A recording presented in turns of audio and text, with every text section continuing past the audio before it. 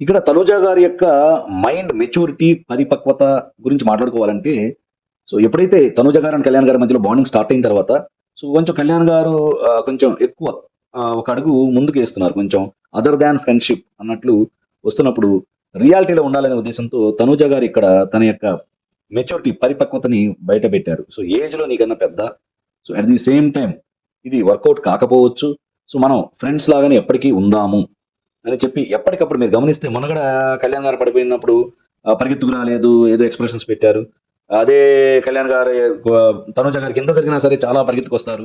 So అది కళ్యాణ్ గారి యొక్క మంచితనం. దాన్ని తప్పటానికి లేదు.